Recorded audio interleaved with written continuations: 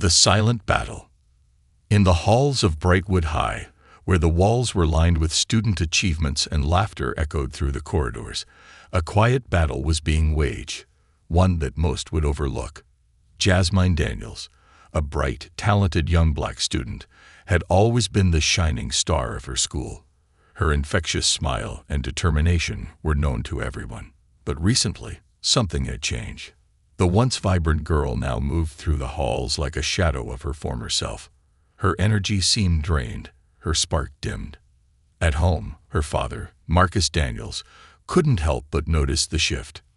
Marcus, a hardworking man who had raised Jasmine on his own since she was 6, had always prided himself on being deeply connected with his daughter. He was her rock, her biggest supporter, and the one person she could always turn to. But lately, it seemed like Jasmine was slipping away, retreating into a world of silence and sadness. That day, Marcus came home from work earlier than usual. Something inside him told him he needed to be home, that something was wrong. He entered the house quietly, half expecting to hear the sound of Jasmine playing music or talking on the phone like she always did.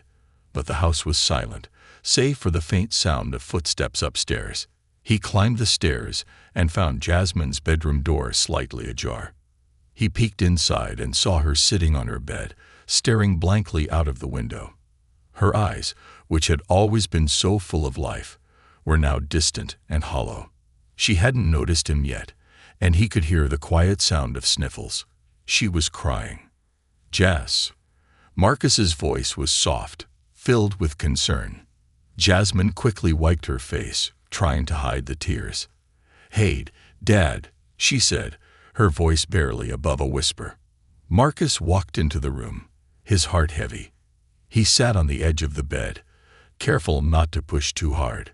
"What's going on, baby girl? You've been quiet lately. Is something wrong?" Jasmine didn't answer at first. She just shrugged and looked away, refusing to meet his gaze. Marcus felt a pit form in his stomach. He had never seen his daughter like this before. It wasn't like her to hide things from him. "I'm fine, Dad," she finally said, her voice shaky. "Just a lot of school stuff. It's no big deal." Marcus didn't believe her. He could see the way her shoulders tensed, the way she avoided looking at him. But he didn't want to push her, not yet. He reached over and placed a hand on her back, giving her a gentle squeeze. "You know you can talk to me about anything, right? No matter what it is. I'm here for you." Jasmine nodded but didn't say anything more. After a few minutes of uncomfortable silence, Marcus stood up. "All right, I'll let you rest. But I'm here if you want to talk."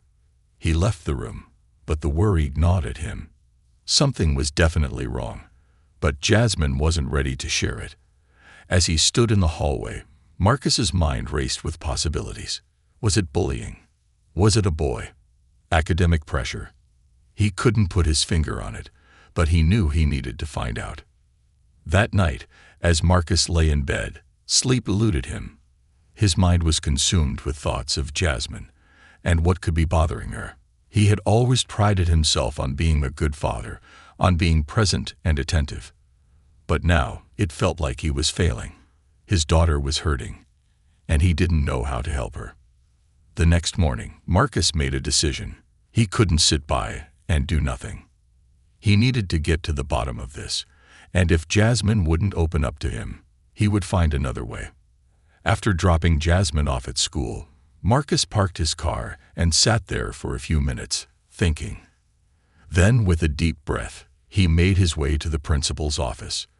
Brightwood High had always prided itself on being a place of diversity and inclusion, but Marcus had heard whispers of things happening beneath the surface, things that didn't align with the school's outward image.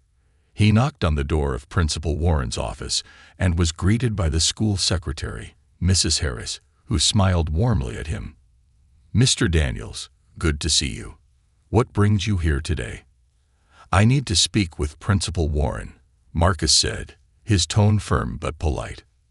Mrs. Harris's smile faltered slightly, sensing the urgency in his voice. "Of course, let me see if she's available." A few minutes later, Marcus was sitting across from Principal Warren, a middle-aged woman with kind eyes and a reputation for being fair. "Mr. Daniels, how can I help you today?" Marcus didn't waste time. "It's about my daughter, Jasmine. She's been different lately, withdrawn, quiet. I'm worried something is going on at school. I just want to know if you've noticed anything." Principal Warren looked concerned. "Jasmine is an exceptional student.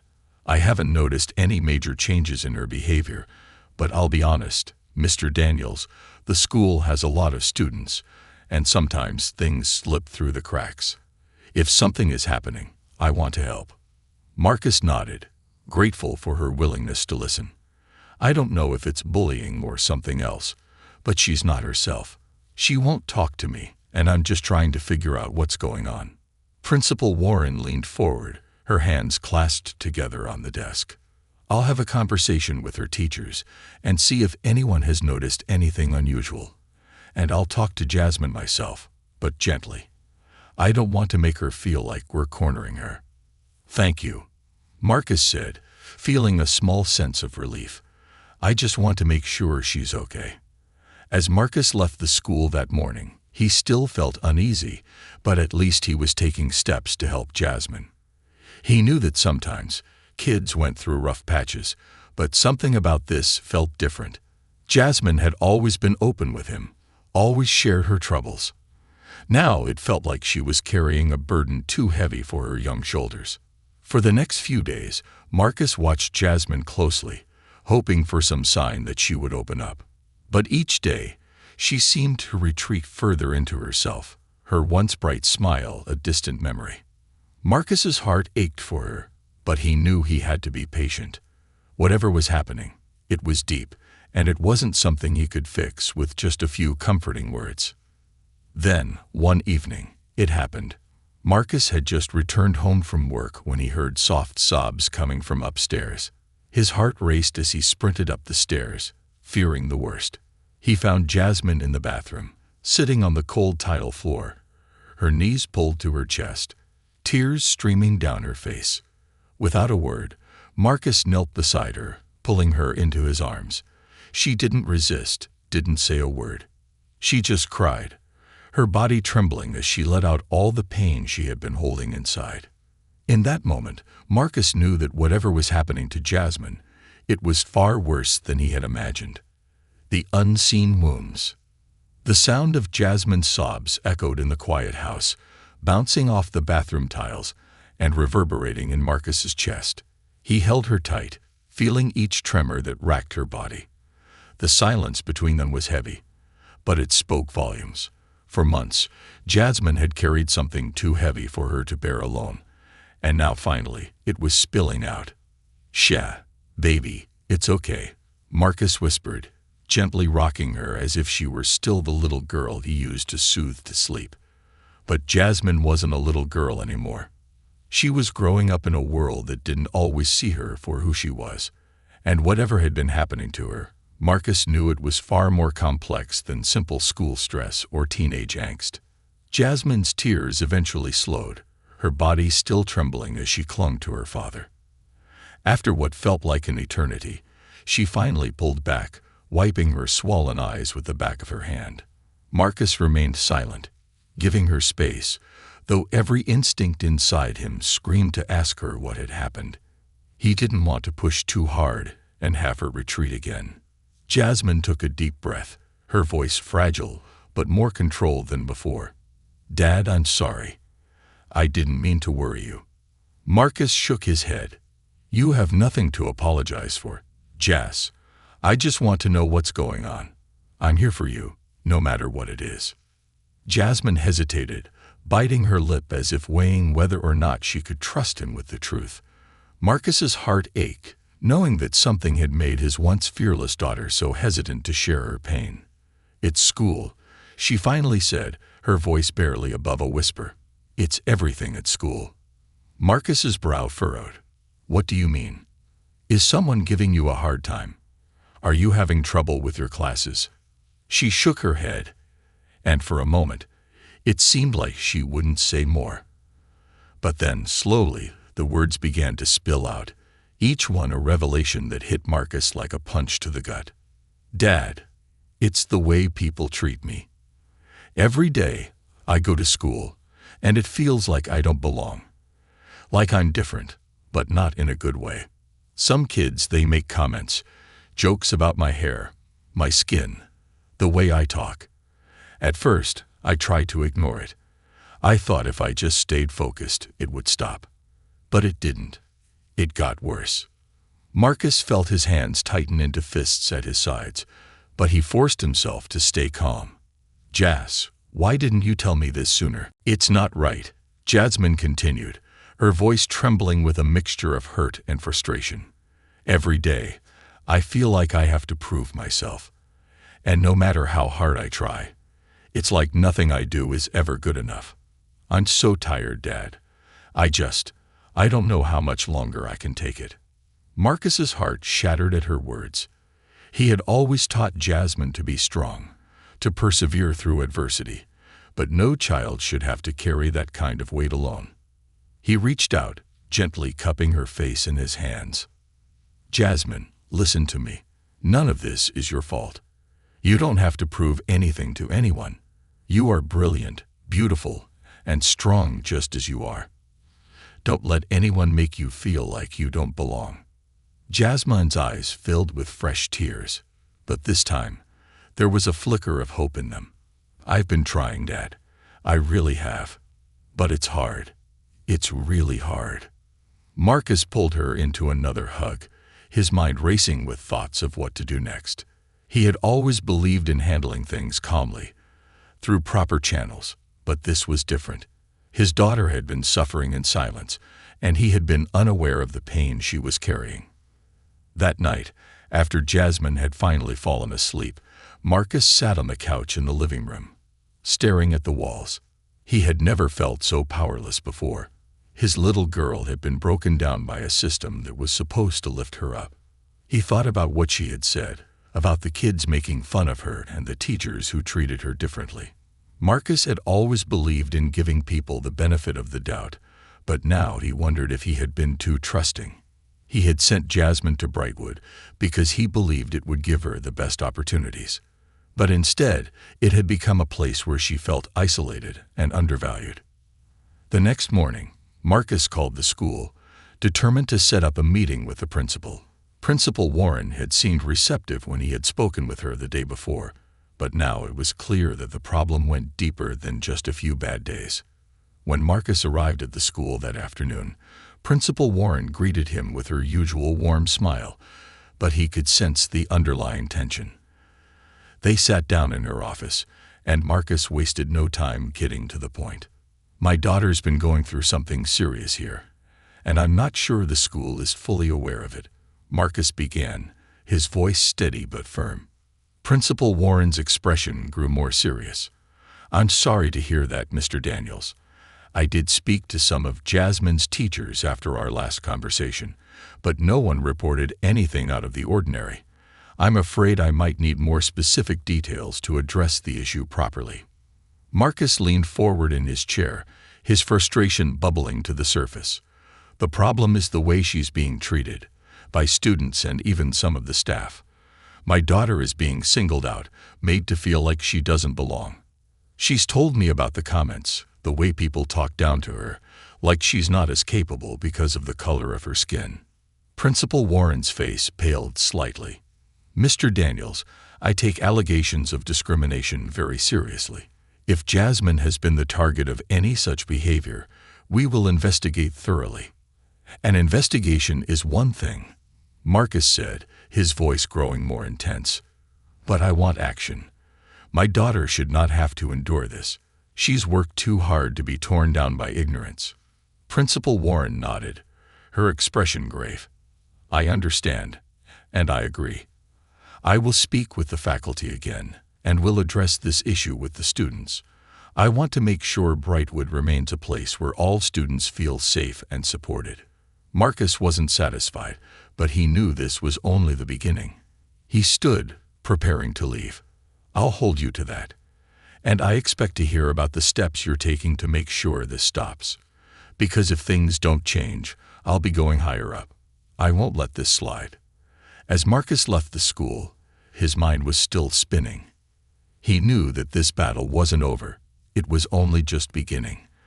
But as he thought about Jasmine's face that morning, her eyes just a little less clouded with fear, he knew that he would fight for her, no matter what it took. Standing tall against the tide. The ride home from the school meeting was quiet, but Marcus's mind was anything but. Principal Warren's promise to investigate the issues at Brightwood High didn't sit well with him. He couldn't shake the feeling that it was too little, too late. His daughter had been silently suffering for months, and the idea of waiting for slow, bureaucratic steps to unfold felt like a betrayal of her trust. Jasmine didn't have time for promises. She needed action. When Marcus pulled into the driveway, he took a deep breath, his hands gripping the steering wheel tightly. He knew that confronting the issue head-on was just the first step. This wasn't just about a meeting with the principal. This was about changing the environment for Jasmine and every other student who might be going through the same thing. Inside, Jasmine was sitting at the kitchen table, her homework spread out in front of her, though Marcus could see she wasn't really focused on it. She looked up when he entered, and their eyes met. There was an unspoken understanding between them now. She knew he was fighting for her, and though she still seemed emotionally drained, there was a flicker of relief in her gaze. "How did it go?" Jasmine asked softly, her voice tentative. Marcus pulled out a chair and sat across from her. "I had a meeting with Principal Warren," he said. "She's going to look into everything, talk to the teachers and students. But Jas, I'm not stopping there." Jasmine blinked, surprised. "What do you mean?" "I mean, this isn't just about you. This is about a system that's making you and kids like you feel small, like you don't belong. I won't let them brush this under the rug. I'm going to make sure they take this seriously, whether they want to or not." Jasmine's eyes widened. "Dad, I don't want you to cause trouble. I don't want to make things worse." Marcus leaned forward, his gaze steady. "I understand why you feel that way. But nothing is going to change if we stay quiet. This isn't about causing trouble. It's about demanding respect. You deserve to be treated with dignity. And so does every other student in that school." Jasmine hesitated, chewing her bottom lip nervously. She had spent so long trying to blend in, trying not to stand out any more than she already did. But deep down, she knew her father was right. This wasn't something that would go away on its own. "But what if? What if it doesn't get better?" she asked, her voice barely above a whisper. "What if they just keep doing it? And it never stops?" Marcus's heart broke a little at the fear in her voice. He reached across the table, taking her hand in his. "It might not be easy, Jas, but the only way it's going to stop is if we confront it together. You're not alone in this. I'm with you every step of the way." Jasmine squeezed his hand, her eyes shining with a mix of gratitude and uncertainty. She wasn't sure how things would play out, but for the first time in a long time, she didn't feel completely powerless. Her father had always been her protector, and now he was ready to fight for her in a way she hadn't realized she needed. That night, after Jasmine had gone to bed, Marcus stayed up late researching. He pored over articles and resources on educational equity, systemic racism, and how to advocate for students in situations like Jasmine's. The more he read, the more determined he became. This wasn't just about one meeting with the school. It was about changing the culture, holding people accountable, and ensuring that Jasmine, and every other student like her, was given the respect and opportunities they deserved. The next day, Marcus made calls to the school district, filing an official complaint. He requested a formal investigation into the treatment of minority students at Brightwood High. It was a bold move, one that would undoubtedly ruffle feathers, but Marcus was past caring about what was comfortable for the administration. His only concern was for his daughter. In the days that followed, Marcus felt the weight of his decision. The school district sent an acknowledgement of his complaint, but no one had reached out to him personally. He was aware of how slow these processes could be, But every day that passed without action felt like another day Jasmine had to endure the toxic environment at school. Meanwhile, at Brightwood, Jasmine did her best to keep her head down. The weight of what she had revealed to her father still hung heavy on her, but she also felt a strange sense of empowerment. She knew her dad was fighting for her, and that gave her a sliver of hope she hadn't felt before. Still, the comments and the subtle digs from her classmates continued. One morning in history class, as Jasmine tried to focus on a lecture about the civil rights movement, she heard the unmistakable snicker of a few boys sitting behind her. "Yeah, maybe we should ask Jasmine. She probably knows all about this stuff. It's basically her family history, right?" One of them whispered, loud enough for everyone around them to hear.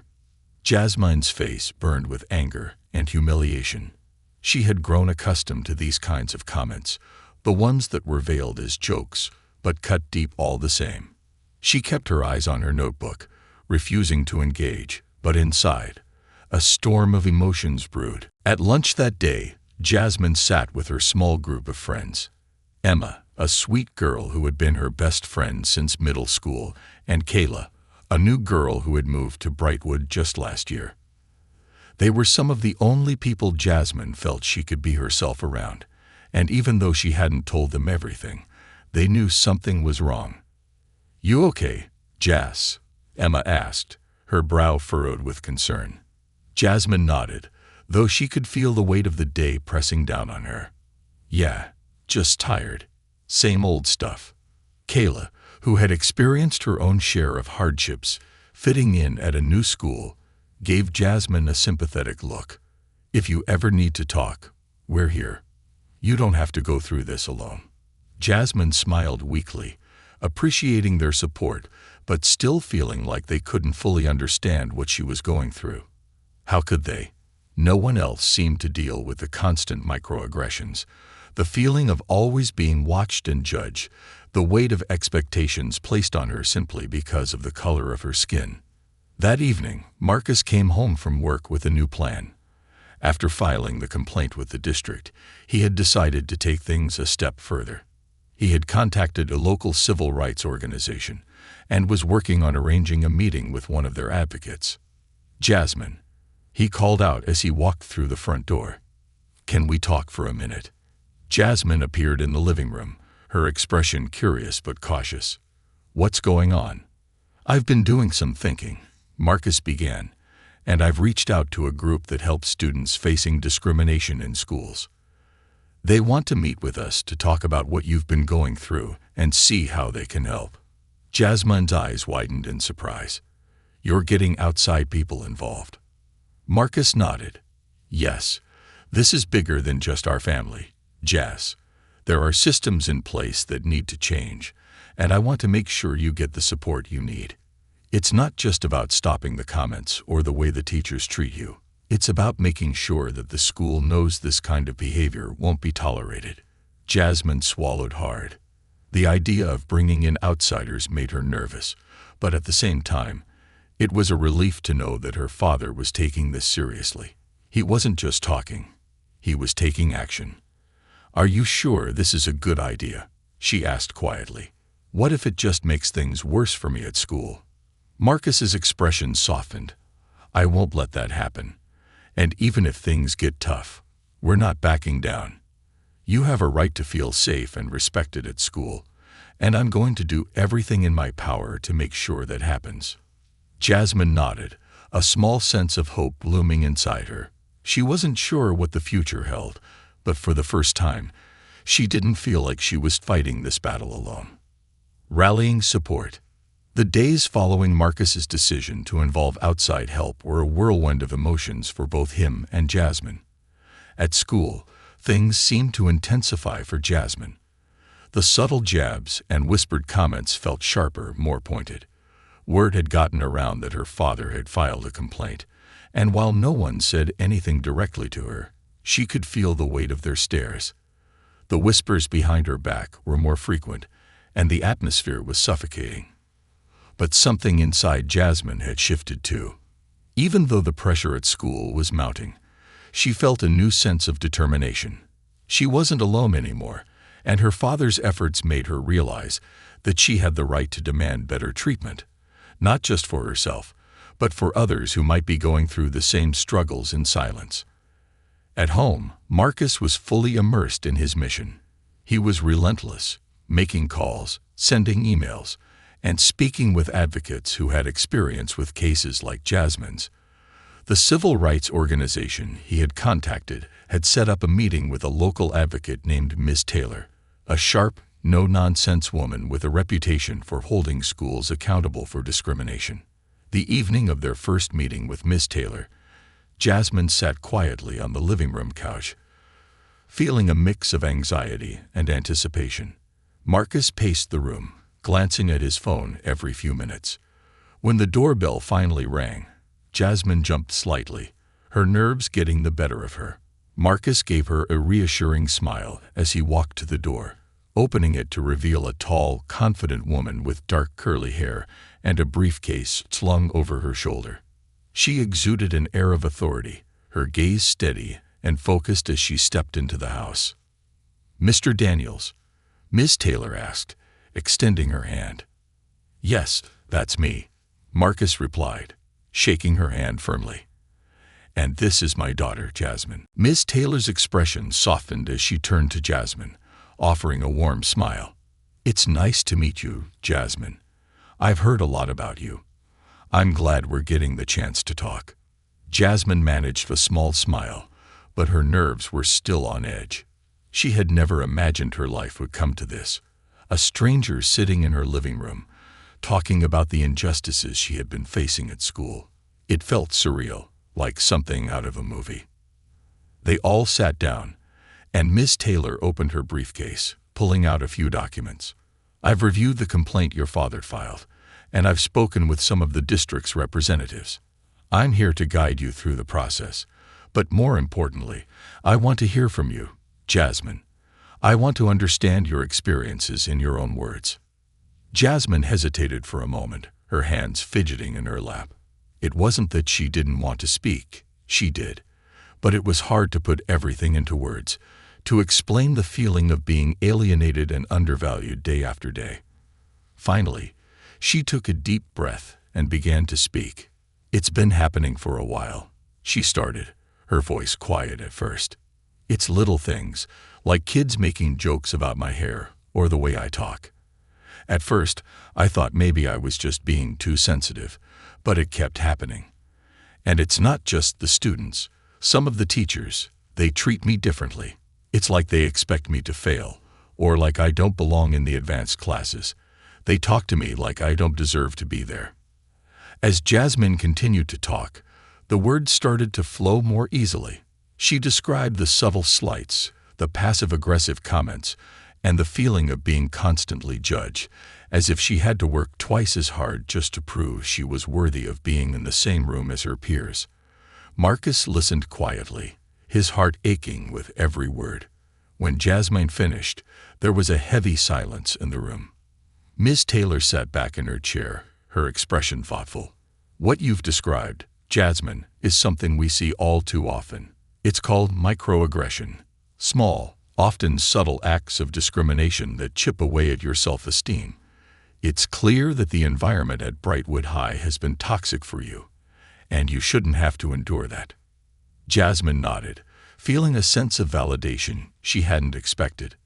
For so long, she had questioned whether she was overreacting, whether the things she experienced were really that bad. But hearing someone like Miss Taylor acknowledge her pain made it feel real. "We're going to address this head-on," Miss Taylor continued, her tone firm. "I'll be drafting a formal letter to the school district, demanding a thorough investigation into the school's climate and the treatment of minority students. We'll also be requesting meetings with the school board and the superintendent." Marcus nodded, a sense of relief washing over him. He had known that fighting this battle wouldn't be easy, but now, with Miss Taylor on their side, it felt like they had a real chance at making change.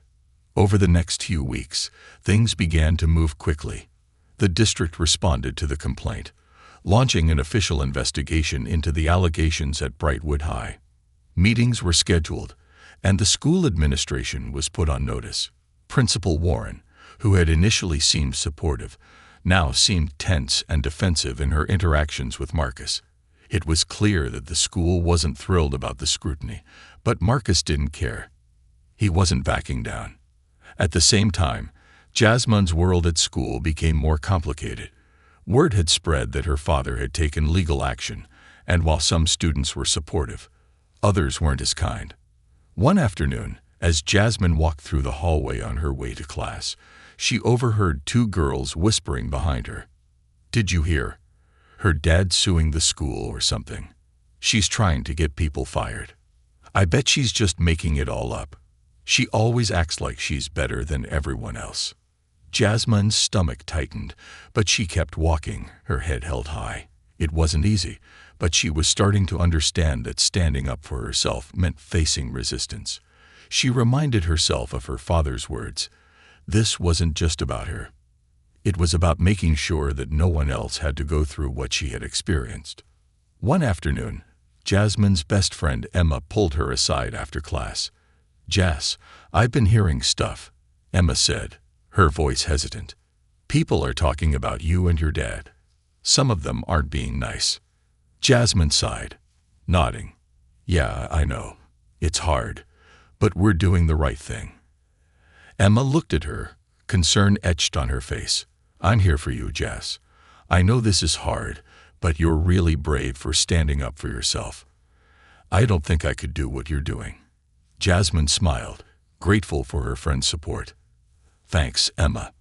I have to believe it'll get better." But as supportive as Emma and Kayla were, Jasmine still felt the weight of the school's judgment. Every day felt like a test of her resolve, and there were moments when she wondered if it would ever end. But then she would think about her father, about how tirelessly he was working to make things right, and that gave her the strength to keep going. As the investigation continued, Marcus and Jasmine prepared for their meeting with the school board.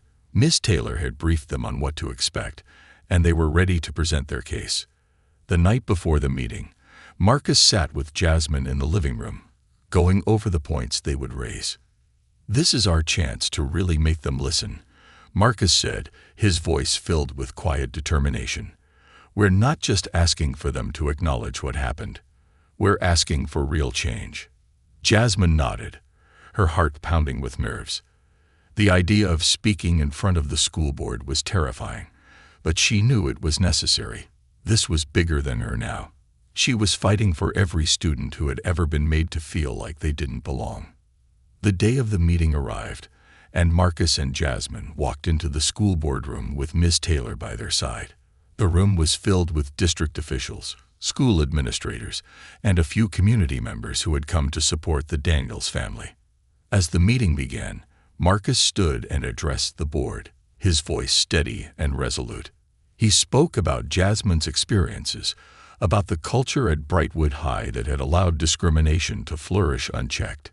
He didn't hold back, detailing the emotional toll it had taken on his daughter and demanding accountability from the school. Jasmine sat beside her father, her heart pounding in her chest. When it was her turn to speak, she stood up, her hands trembling slightly. She looked out at the faces of the board members, some of whom seemed genuinely concerned, while others looked defensive, as if they were already preparing their rebuttals. But Jasmine didn't let that stop her. She took a deep breath and began to speak. "I've been a student at Brightwood High for 3 years," she began, her voice quiet but firm. "In that time, I've experienced things that have made me feel like I don't belong. I've been treated differently because of the color of my skin. I've heard comments, felt the stares, and been made to feel like I'm less than my peers. But I'm not less. I'm just as capable, just as smart, and just as deserving of respect as anyone else." As Jasmine continued to speak, her confidence grew. She wasn't just speaking for herself anymore. She was speaking for every student who had ever felt invisible, who had ever been made to feel like they didn't matter. When she finished, the room was silent for a moment before one of the board members spoke. "Thank you, Jasmine. We hear you, and we take these concerns very seriously." For the first time in months, Jasmine felt a glimmer of hope. The road ahead wouldn't be easy, and change wouldn't come overnight. But she knew, standing there with her father by her side, that they had made a difference, and that was enough to keep fighting. The ripple effect. The tension in the school board meeting had been palpable. As Jasmine and Marcus left the room, a weight seemed to lift off their shoulders. For months, they had been battling in silence, but now they had spoken their truth. Though the board's response had been measured, something in the way they looked at Jasmine, really looked at her, made her feel like they had finally been heard. But as the door closed behind them, Marcus knew that the hard part was just beginning. He had seen these kinds of proceedings before, where a lot of words were exchanged, but little action followed. Still, there was no turning back now. They were committed to seeing this through. Outside the boardroom, Ms. Taylor clapped a hand on Marcus's shoulder. "You both did great in there," she said, her voice steady but encouraging. "This is a big step. The board can't ignore what's happening at Brightwood anymore. Now, we wait for their next move." Jasmine nodded, still feeling the adrenaline from the meeting. Speaking in front of the board had been nerve-wracking, but she had found a strength within herself that she hadn't known was there. She glanced up at her father, who gave her a proud smile. "I'm so proud of you, Jas," Marcus said softly as they walked out of the building. "No matter what happens next, you stood up for yourself. That's something no one can ever take away from you." Jasmine felt a warmth spread through her chest. For so long, she had felt like she was fighting an invisible battle, but now her voice had been heard. And though the journey was far from over, she had taken a step toward reclaiming her sense of self-worth. The next day at school, Jasmine braced herself for whatever might come. She had been dreading the return to Brightwood, unsure of how her classmates would react now that they knew about the board meeting. As she walked through the halls, she felt the familiar stares and whispers. But this time, something was different. Instead of feeling small and invisible, Jasmine felt a quiet resolve within herself. She held her head high, refusing to let the judgment of others bring her down. As she passed by the group of students who had once been her tormentors, she noticed that they looked away, avoiding eye contact. It wasn't much, but it was a small victory. By lunchtime, word had spread about the meeting. Jasmine sat with her friends Emma and Kayla, who had been following the situation closely. "I heard some kids talking about the board meeting," Emma said, her voice hushed as they sat at their usual lunch table. "A lot of people are on your side, Jas. They think what you're doing is brave." Jasmine raised an eyebrow in surprise. "Really? I thought most people would think I was just causing trouble." Kayla shook her head. "No way. People are starting to see that what's happening to you isn't just about you. It's about a lot of other kids who've gone through the same thing. You're giving them a voice." Jasmine felt a lump rise in her throat. She had never thought of herself as brave, but hearing her friends say it made her realize just how much courage it had taken to get to this point. Over the next few days, something unexpected began to happen. Students who had never spoken to Jasmine before began approaching her in the hallways, quietly offering words of support.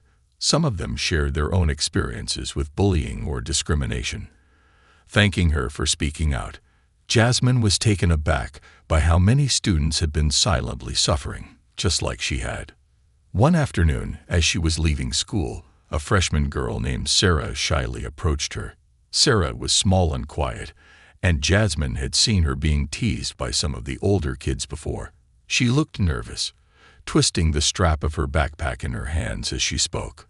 "Jasmine, I just wanted to say thank you," Sarah said, her voice barely above a whisper. I know what you're going through. It's been hard for me too. I always felt like I didn't fit in, like I was different. But seeing you stand up for yourself, it makes me feel like maybe I can do the same." Jasmine's heart ached for the girl. She knew all too well what it felt like to be different, to be singled out in a school where you were constantly reminded of your otherness. She placed a reassuring hand on Sarah's shoulder. "Thanks, Sarah. And you can stand up for yourself too. Don't ever let anyone make you feel like you're less than. You belong here, just like everyone else." Sarah nodded, her eyes bright with gratitude. I'll try. Thanks, Jasmine. As the weeks passed, the ripple effect of Jasmine's fight for justice spread throughout the school. More and more students began to speak out, not just about racism, but about other forms of discrimination and bullying they had faced. The student body started to mobilize, organizing discussions and workshops about equality and inclusion. It was slow at first, but the conversation was finally happening. The administration, under pressure from both the district and the growing student movement, began to take more visible action. Teachers were instructed to undergo diversity and inclusion training, and the school brought in outside experts to facilitate conversations about race and equity. Principal Warren, who had initially seemed resistant, was now forced to acknowledge the problem head-on. One day, as Jasmine walked into her history class, she noticed a flyer posted on the bulletin board. It was an announcement for a new student-led group focused on promoting equality and inclusion at Brightwood. Jasmine smiled as she read it. The students were taking charge, and it was clear that her fight had sparked something much bigger than herself. Later that week, Marcus received a call from Ms. Taylor. The investigation had concluded, and the school board had made their decision. "It's good news," Ms. Taylor said, her voice upbeat. "The board has recognized the systemic issues at Brightwood High, and they're implementing new policies to address discrimination. They've also agreed to work with us to ensure that students of color are better supported moving forward." Marcus let out a sigh of relief. "That's great to hear. It feels like we've finally made some progress." "We have," Ms. Taylor agreed. "But this is just the beginning. The policies are in place, but we have to make sure they're actually enforced. I'll be keeping a close eye on the school to ensure that they follow through on their promises." After hanging up the phone, Marcus found Jasmine in the living room, flipping through a book. He sat down beside her, his expression a mix of pride and relief. "They've made a decision," Marcus said. "The board is putting new policies in place to address what's been happening at Brightwood. Things are going to change." Jasmine looked up, her eyes wide with surprise. "Really? They're actually doing something?" Marcus nodded. "They are. It's not going to be perfect, and we'll have to stay on top of them to make sure they follow through. But this is a big step." For the first time in months, Jasmine felt a genuine sense of hope. It had been a long and difficult journey, but they had made a difference. And while she knew that the fight for equality was far from over, she finally felt like things were moving in the right direction. The following week, the school held a town hall meeting to discuss the new policies and the changes that would be implemented. Parents, students, and teachers packed the auditorium, eager to hear what would come next. As Jasmine sat beside her father, she couldn't help but feel a sense of pride. She had been afraid to speak up for so long, but now her voice had helped to create real change. As the meeting began, Principal Warren took the stage. She spoke about the new policies, the training that staff would undergo, and the efforts the school would make to ensure that every student felt safe and valued. There was still a long way to go, but the mood in the room was one of cautious optimism. After the meeting, several parents approached Marcus and Jasmine, thanking them for their courage in speaking out. One mother, whose son had also faced discrimination at the school, pulled Jasmine into a tight hug. "You've given us all hope," the woman said, tears in her eyes. "I can't thank you enough for what you've done. You've made it better for all our kids." Jasmine smiled, feeling a warmth spread through her. She had never imagined that her fight would have such a profound impact on others. But now, she understood that standing up for herself had been about more than just her own pain. It had been about making a difference for everyone who had ever been made to feel less than. As the evening drew to a close, Jasmine and Marcus walked out of the school together, the cool night air filling their lungs. The stars were bright above them, and for the first time in what felt like forever, Jasmine felt like she could breathe freely. "You did it," Marcus said quietly, his arm around her shoulders. "You didn't just change things for yourself. You've helped change things for the entire school." Jasmine looked up at him, her heart full. "We did it," she corrected, leaning into her father's embrace. "I couldn't have done it without you." And as they walked into the night, side by side, Jasmine knew that while the road ahead might still hold challenges, she was no longer walking it alone. A new dawn. The months following the school board's decision were a whirlwind of change for Brightwood High, and for Jasmine.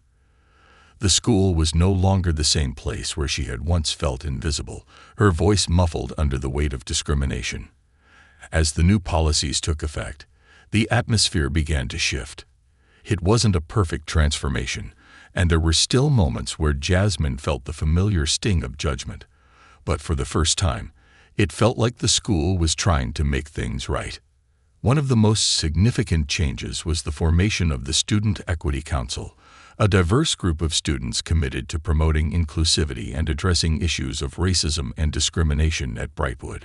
Jasmine had been hesitant when they first asked her to join, but after some encouragement from Marcus and her friends, she agreed.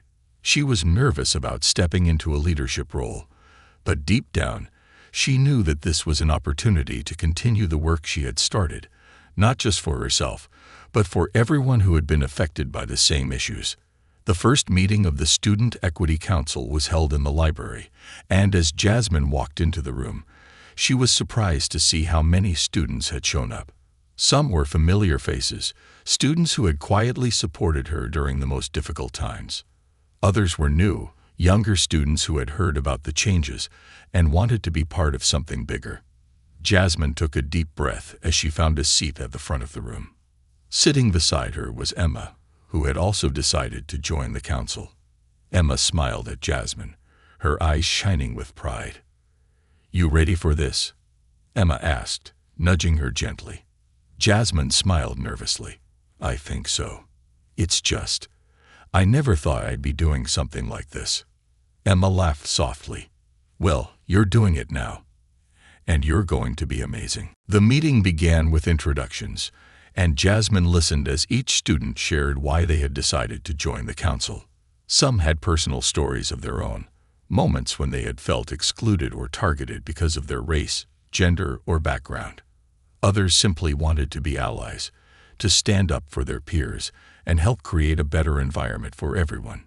As Jasmine listened, she felt a sense of unity building in the room. They were all there for the same reason: to make Brightwood a place where everyone felt valued and respected. When it was Jasmine's turn to speak, she stood up, her heart pounding in her chest. She hadn't prepared a speech, but as she looked around the room, she realized that she didn't need one. The words were already inside her. "I never thought I'd be standing here," Jasmine began, her voice steady but soft. "For a long time, I felt like I didn't have a voice. I felt like no one cared about what I was going through, and I didn't know how to speak up for myself. But then something changed. I realized that if I didn't stand up for myself, no one else would. And when I did, I found out that there were so many people who were ready to stand with me." She paused, glancing at Emma, Kayla, and the other students in the room who had supported her. This council is about more than just one person. It's about all of us, coming together to make sure that no one else has to feel like they don't belong. We all have a part to play in making Brightwood the kind of school we want it to be. The room was quiet for a moment, and then a wave of applause broke out. Jasmine sat down, her face flushed with emotion. She hadn't expected to feel so empowered by her own words, but for the first time, she truly believed in her ability to make a difference. After the meeting, a few students approached Jasmine to thank her for speaking. One of them was a sophomore named Louis, who had been quietly observing throughout the meeting. He looked nervous as he approached, but his eyes were full of admiration. "Jasmine, I just wanted to say what you did was really inspiring," Louis said, his voice barely above a whisper. "I've been going through some stuff too, but I didn't think anyone would listen. Seeing you stand up and fight for yourself, it made me realize that maybe I can do the same." Jasmine smiled warmly at him, her heart swelling with pride. "You can, Louis, and if you ever need someone to talk to, I'm here. We're all in this together." The weeks passed, and Jasmine found herself increasingly involved in the work of the Student Equity Council. They organized events, held discussions, and worked with the administration to ensure that the new policies were being properly implemented. Slowly but surely, the culture at Brightwood began to shift. Teachers were more mindful of their words and actions, students became more aware of the impact their behavior had on others, and there was a growing sense of accountability throughout the school. But while the changes at Brightwood were significant, the most profound change was within Jasmine herself. The shy, uncertain girl who had once felt powerless now walked through the halls with confidence. She had found her voice, and she wasn't afraid to use it. She knew that the fight for equality wasn't over. It never truly was. But she had learned that real change starts with small, consistent actions, and she was determined to keep pushing for that change, no matter how long it took. At home, Marcus watched with pride as his daughter blossomed into a leader. He had always known that Jasmine was strong, but seeing her step into her own power was more than he could have ever hoped for. They still talked about the challenges she faced, but the conversations were different now. Instead of feeling defeated, Jasmine spoke with a sense of determination and hope. One evening, as they sat together on the couch, Marcus turned to her with a smile. "You know, Jas, when I filed that complaint with the district, I wasn't sure what would happen. I just knew I couldn't let you go through that alone. But watching you now, I'm in awe of you. You didn't just fight for yourself. You've made this school a better place for so many other kids." Jasmine blushed, ducking her head slightly. "I couldn't have done it without you, Dad. You were the one who believed in me when I didn't believe in myself." Marcus shook his head. "No, Jas, you had that strength all along. I just helped you see it." As the school year drew to a close, the impact of the changes at Brightwood was undeniable. The Student Equity Council had become a respected voice on campus, and the administration had committed to making the school a more inclusive and supportive environment for all students. Jasmine's fight for justice had sparked a movement, and while there was still work to be done, the progress they had made was real and lasting. On the last day of school, the Student Equity Council hosted an end-of-year celebration to honor the work they had done and to recognize the students and teachers who had helped make a difference. As Jasmine stood on the stage, looking out at the crowd of students and faculty who had gathered to celebrate, she felt a sense of peace wash over her. This was the school she had always dreamed of, a place where every student could feel seen, heard, and valued. When the celebration ended, Jasmine found herself standing alone in the courtyard, watching as her classmates laughed and chatted, their voices filled with excitement for the summer ahead. She smiled to herself, reflecting on the journey that had brought her here.